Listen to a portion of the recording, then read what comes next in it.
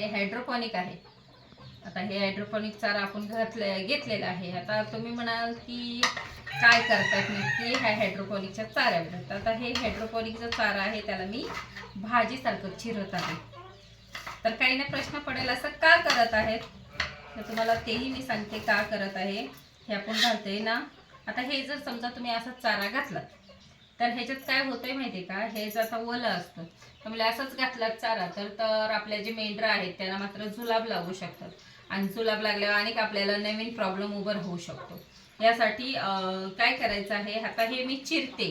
हे चिरून मी काय करणार आहे माहिती का, आपला जो सुका चारा आहे ना त्या सुक्या चाऱ्यामध्ये, कारण की याच्यात पाणी जास्त असतो आणि आपला सुका चारा जो असतो त्याच्यात पाणी नसतं, त्यामुळे मग मिक्स केलं की ते एकदम व्यवस्थित। जसं आता आम्ही काय करतोय, जो आपला कडब्याची कुट्टी आहे ना, ती कडब्याच्या कुट्टीला थोडं भेलसारखं तर भिजवतच असतो, मग त्याच्यामध्ये हा मिक्स केला की त्याच्यात जास्त असं पाणी वगैरे हे करायची गरज नाही, जसं गुळ पाणी वगैरे मिक्स करायची जास्त गरज नाही, त्याच्यामुळे व्यवस्थित ओलं होतं। मग अशामुळे आपण हे चिरून घालतोय। आता काही लोक पण तिथे हे तले किटपिटची गोष्ट आहे, ह्याला परत आपल्या एवढा करा, त्याच्यासोबतच तुम्ही चिरून एवढं टाइमपास करत बसा, तर कसं आहे ना, हा टाइमपास जो आता आपण करतोय ना, हा टाइमपास नाहीये, मुळात आपला मेंढरांनी चारा व्यवस्थित खावा ना ह्याच्यासाठी। आणि जर समजा तुम्ही असंच इसकडून टाकलात ना चाऱ्यावर, तर ते काय करतात, तेच फक्त जास्त पटकन संपवतात, चाऱ्याकडे फोकस देतच नाहीत, मग चारा हा शिल्लक राहतो। म्हणून आपण हे चिरून करायचं, म्हणजे आम्ही सगळं प्रयोग करून झालेले आहे। आणि एक तर मुलात हे बघितलं तर हेच आपला ही वरची जी गवत आहे, हेच पाला आलेला आहे, हे कसं होतंय, बिना उन्हाचं आलेलं असतं, त्यामुळे काय होतं ह्याच्यात प्रोटीन वगैरे असं किती आहे हे आपल्याला आयडिया नाही। पण मुलात आज प्रोटीन वगैरे आहे ना, ते हे बघा, हे जे आहेत, हे जे लाल कोंब आलेले आहेत ना, ह्याच्यात खरं तर प्रोटीन असतं, त्यामुळे ना जास्त असा पालाच यावा वगैरे असं काही गरज नाही। ह्या जो कोंब आहे ना, हे लाल तुम्हाला जे दिसत आहेत ना, हे खरं महत्वाचं आहे। हे आलं आणि तुम्ही जर मेंढरांना घातलं तर ह्याच्यातला जो प्रोटीन आहे, विटॅमिन आहे, ते सगळं ह्याच्यातलं त्याला भेटत असतं, हे महत्वाचं आलेलं आहे। आणि आता हे चिरून घालायचं म्हणजे ह्याचा पण आपण पुढची प्रोसेस करणार आहोत, काय हे डेली आपण करणार नाहीये, ह्याचं आता चालूच आहे आपलं काम। ह्याचा आपण आता मिक्सर मागवलेला आहे, नाही तर काही बायकांना टेन्शन यायचं, ऐकलं का, काही बायकांना टेन्शन यायचं, आता मी भाजी चिरायचं सोडून हे गवतच चिरत बसते, तर असं काहीच नाहीये, गवत वगैरे चिरत बसू नका। हे कसं आहे माहितीये का, आपल्या मेंढरांनी व्यवस्थित चारा खावा ना, म्हणून मी हे असं चिरत बसलेली आहे, आणि हे चिरून रोज घालत आहे मी त्यांना। आता आपला त्याच्यावर पण पर्याय निघालेला आहे, आपण आता मिक्सर आणणार आहोत। ह्याचा मिक्सर आणल्याच्या नंतर त्याच्यात कशी प्रोसेस करतात, कसं काय करायचंय, आपण बोललेलंच आहे प्रत्येकाला की आपण गोळी पेंटचा प्रयोग करत आहोत। मग आपण गोळी पेंटचा जो प्रयोग करणार आहोत ना, ते ह्याच्यासाठीच आता मिक्सर मागवलंय। मग हे भाजीसारखं चिरत बसायचं नाही, त्याच्यात टाकायचं, ते त्याच्यात क्रश होऊन येणार आहे। आता काही ना प्रश्न पडेल कसा क्रश वगैरे होतो, तर कसं होतो हा क्रश वगैरे कसं होतं ते सगळं आपण दाखवणार आहोत। मुलात काय होतंय माहितीये का, आपण हायड्रोपोनिक जो लावतो, तर हायड्रोपोनिक लावल्याच्या नंतर आपण मग चारा, ह्या पाण्यात प्रोटीन नसल्यामुळे प्रत्येकाने लक्षात ठेवायचंय की आपल्याला फक्त महत्वाचे जे कोंब आहेत ना ते आलेत ना, की त्याच्यात विटामिन प्रोटीन सगळं येतो, मग तेवढं जरी आल्यावर तुम्ही घातलात ना तरी चालतंय। आणि आता जे आपण प्रोसेस करणार आहे सगळ्यात फायदेशीर आहे, आपल्या सुक्या चाऱ्यामध्ये सगळ्यात प्रोसेस ती चांगली आहे, कारण की आपण त्याच्यामुळे आपली जी मेंढरं आहेत सगळ्यात जास्त सुधारणार, आणि त्यांना जे पाहिजे प्रोटीनवाला चारा तो मिळणार आहे। आणि तसंच बघायला गेलं तर आता हे जे मी भाजीसारखं चिरते, मी भाजी जी घालते ना, त्याचा अनेक एक हे फायदा आहे।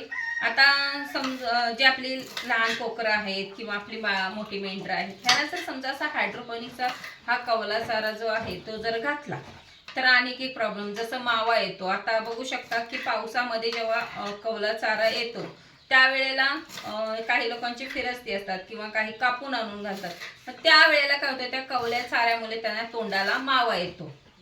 मग मावा येतो, परत आपल्याला परत आलं ना आपल्याला काम नवीन, परत काहीतरी त्याच्या उपाय करा, किंवा कोणाला माहित नसेल तर मग चौकशी वगैरे, मग हे सर्व होतं। मग असं करूच नाही, ज्याने आपल्या मेंढरांना काही त्रास होईल असं काही करूच नाही। आपल्याला माहिती आहे ना की काही नाही काहीतरी प्रॉब्लेम येत असतं। आता आम्हाला माहिती आहे की हा जर कवला चारा घातला की याच्यामुळे काय होणार आहे, आणि त्याच्यासोबत ह्याच्यात पाणी कंटेंट जास्त असल्यामुळे जुलाब लागतंय. मग अशा मुले आपण जो सुक्या चाऱ्यामध्ये मिक्स करून घालतोय ही भाजी, त्यामुळे काय होतंय की एक तर ते कवला चारा राहत नाही, त्याचा पाण्याचं कंटेन आहे ते पण मरत आहे. सुक्या चाऱ्यामध्ये हे पाण्याचे जे कंटेन आहे ते मिक्स होऊन पूर्ण सुक्यामध्ये होते, त्यामुळे आणि कवळ्या चारा हा सुक्या चाऱ्यामध्ये मिक्स केल्यामुळे त्याचं कवळेपणा पण मरून जात असतो. मग ह्यामुळे आपण असं करून घालत असतो आपण मेंढरांना. आणि असं नाही की हायड्रोपोनिक आपण लावलं तर हायड्रोपोनिक असं एवढा चारा यावा 8 दिवसाच्या नंतर घालायला जावं असं काहीही नाहीये.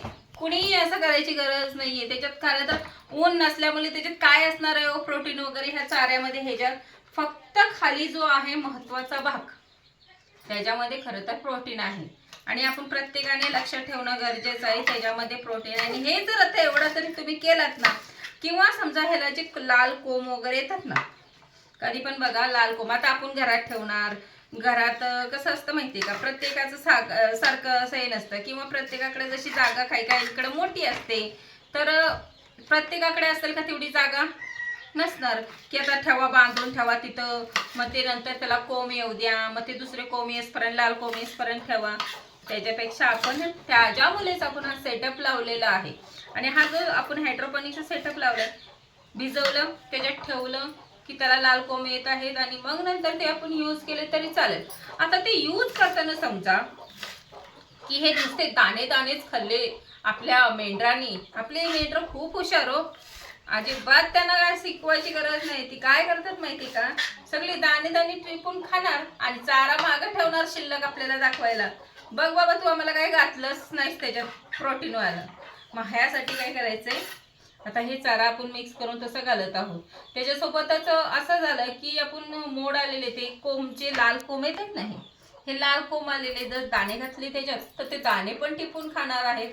मग आपण आता नवीन प्रोसेस केलेली आहे. नवीन प्रोसेस लवकरात लवकर ह्या 1-2 दिवसात तर चालू होणार आहे. त्यामुळे 1-2 दिवसात तुम्हाला अनेक एक नवीन रिझल्ट दिसणार आहे. आता तुम्ही म्हणाल ह्यांचा प्रयोग एक एक जसं जसं नवीन नवीन वाढतं तसं तसं पुढे चाललंय आणि आम्ही मागच आहोत. तर कसं आहे ना, स्टेप बाय स्टेपच आपण प्रोसेस करत आहोत. कारण की आपल्याला जसं जसं आपला अनुभव येतोय, कारण की वेळ हा खूप महत्त्वाचा आहे आपल्या व्यवसायामध्ये. समजा तुम्ही आज करू, उद्या करू, परवा करू असं करण्यामध्ये ते राहतं. त्याच्यापेक्षा काय करायचंय ना तर ऑन द स्पॉट केलं ना तर चांगलंच आहे. आणि आपण वेळ न वाया घालवता मेंढरांसाठी जितकं काय करू तेवढं कमीच आहे. ते नवीन नवीन आपल्याला प्रयोग शिकवतात.